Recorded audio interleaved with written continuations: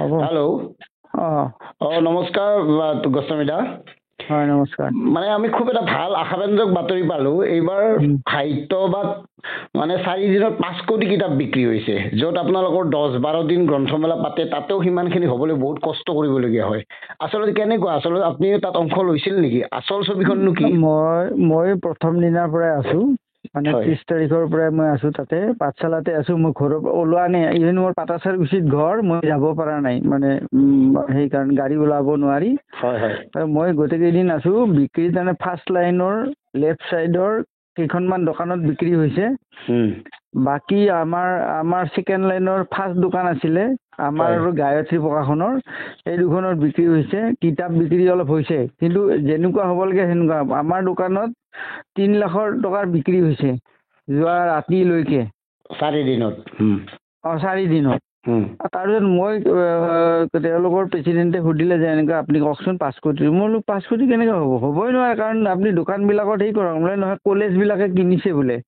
আৰু মই তেওঁৰ পৰা আহি গোটেই দোকানবিলাকৰ, আমাৰ ষ্টুডেণ্ট ষ্টৰৰ মালিক হওক, আমাৰ এই মালিক হওক, এই ৰেখাৰ মালিক হওক, আৰু এখন বাহিৰৰ দোকান আছিলে, সেইবিলাকক সুধিলোঁ। মানে সিহঁতৰ কৈছে কোনো কলেজ অহা নাই, কোনো স্কুল অহা নাই। আমাৰ জেবি মালিক হওক, বনলতা হওক, মানে যিবিলাক মই দোকান পাইছোঁ চবকে, সতীৰ্থ হওক, বোলে কোনো অহা নাই। মানে আমাৰ সিমানেই বিক্ৰী হৈছে। গতিকে মই প্ৰথম দোকান কেইখনত ধৰক 10 লাখকে হৈছে বাৰু, দোকানত বিক্ৰী 10 লাখকে ধৰক আপুনি। 10 লাখকে হ'লেও 5খনত 50 লাখে হ'ব। বাকীটো আমাৰ 3 লাখ 4 লাখ 20টা নে কি 22টা পাৰ্টি গৈছে। আপুনি এইফালে ক'লে যিটো মানে তেওঁলোকৰ যিটো পেণ্ডেল হৈছে, পেণ্ডেলৰ কাষত য'ত মানে তেওঁলোকে মিটিং চিটিং কৰিছে আমাৰ বুক ফেয়াৰৰ মাজত, তাতে যিকেইখন দোকান আছে তাতে মানুহে নাই। আপুনি মানে জ্যোতি প্ৰকাশন আছে, বৰ্ণ আছে, আপোনাৰ NL প্ৰকাশন আছে, আছাম পাব্লিচিং আছে, সেইবিলাকৰ দোকানত মানুহে নাই। খবৰ লৈছিল আৰু তেওঁলোকে কৈছে 5 কোটি মান হ'বই নোৱাৰে।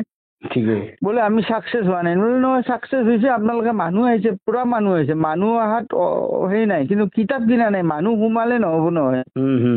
মানে কেনেকুৱা জানেনে, মানে ধৰক এতিয়া প্ৰদৰ্শনী, এইটো সেই মানুহবিলাকে তাৰমানে সেই মানে এইফালে সোমাই গৈছে, সেইফালে ওলাই গৈছে।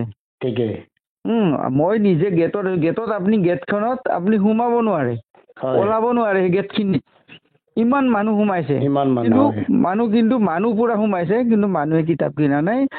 আৰু বজালীৰ মোৰ মতেদি কি জানে, আমি আগৰ বুক ফেয়াৰনো কৰিছিলোঁ সাহিত্য সভাত, আমি যেতিয়া সৰু আছিলোঁ, ডিগ্ৰী পঢ়ি আছিলোঁ, তাত যিটো কিতাপৰ বিক্ৰী হৈছিল, এই বিক্ৰীটো এতিয়া হোৱা নাই। কিতাপ বিক্ৰীটো মিছা কথা।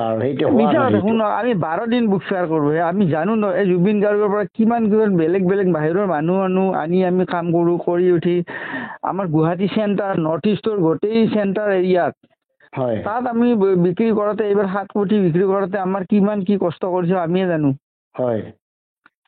আমাৰ টিকেট বিক্ৰী হয়, সিহঁতৰ টিকেট মানুহ সোমাইছে চব। প্ৰদৰ্শনীও কিতাপৰে দোকান নুশুনে চব, এনেকুৱা মানুহ আছে। মইতো ভাবোঁ 1 কোটিৰ ওপৰত ব্যৱসায় হোৱা নাই, 1 কোটিও হোৱা নাই। তথাপিও মানে ময়ো বজালীৰে বাকী মানুহ হিচাপে গোটেই মই ছাৰ্ভেটো কৰিছোঁ, 1 কোটি টকাৰ ওপৰত বিক্ৰী হোৱা নাই। আৰু সেইটো মই দৃঢ়তাৰে ক'ব পাৰোঁ। যিবিলাক মানে বেজ পিন্ধা মানুহে আহি কিমানে কিতাপ কিনিছে সেইটো চাব দিয়ক। তাতেতো তেওঁলোকে বোধহয় কেমেৰা চেমেৰা লগাইছে চাৰিওপিনে, সেইবিলাক চালেই হৈ যায় নহয়, যে বেজ পিন্ধা মানুহ যিবিলাক আছে কিমানখন কিনিছে সেইটো হিচাপ কৰক। আমাৰ যে ধৰক এই সাহিত্য সভাৰ যিমান প্ৰতিনিধি আছে, কিমান লাখ আছে মই নাজানো, তেওঁলোকে জানিব সেইবিলাক। সেই লাখৰ কিমানে বেজ পিন্ধা মানুহ আমাৰ ইয়াত কিতাপ কিনিছে, সেইটো হিচাপ কৰি দিয়ক। পাব্লিকৰ কথা বাদ দিয়ক। মানে আপুনি ক'ব খোজা কথাটো হ'ল সাহিত্য সভাৰ বেজ পৰিধান কৰা কিমানজনে গ্ৰন্থ কিনিছে। হয়, সেইটো চাব দিয়ক। 5 কোটি টকা এনে মুখত ক'লে নহ'ব ন। 5 কোটি মানুহ সোমালে 5 কোটি হ'ব নেকি?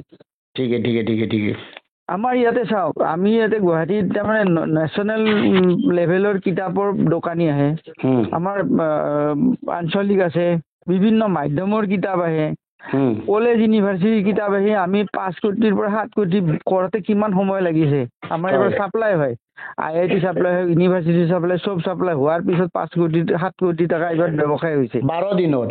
12 দিনত এই অসম্ভৱ কথা কিয় ক'ব লাগে ঠিক ঠিক ঠিক সঁচা কথা কওক সঁচা কথা কওক আমিতো কৈছোঁ তেওঁলোকক মই কৈছোঁ যে আপোনালোকৰ একো দোষ নাই হয় আপোনালোকৰ দোষ নাই আপোনালোকে আমাক ধুনীয়া এৰেঞ্জ কৰি দিছে বাথৰুমৰ ব্যৱস্থা ধুনীয়া পানীৰ ব্যৱস্থা ধুনীয়া মানুহৰ একো অসুবিধা হোৱা নাই আমাৰ সেইখিনি আমি ক'ব পাৰোঁ সৰে শলাগিম 5 কোটি টকাৰ ব্যৱসায়টো আমাৰ এটা অভিযোগ আছে মিছা অভিযোগটো কৰিব লাগে ঠিক আছে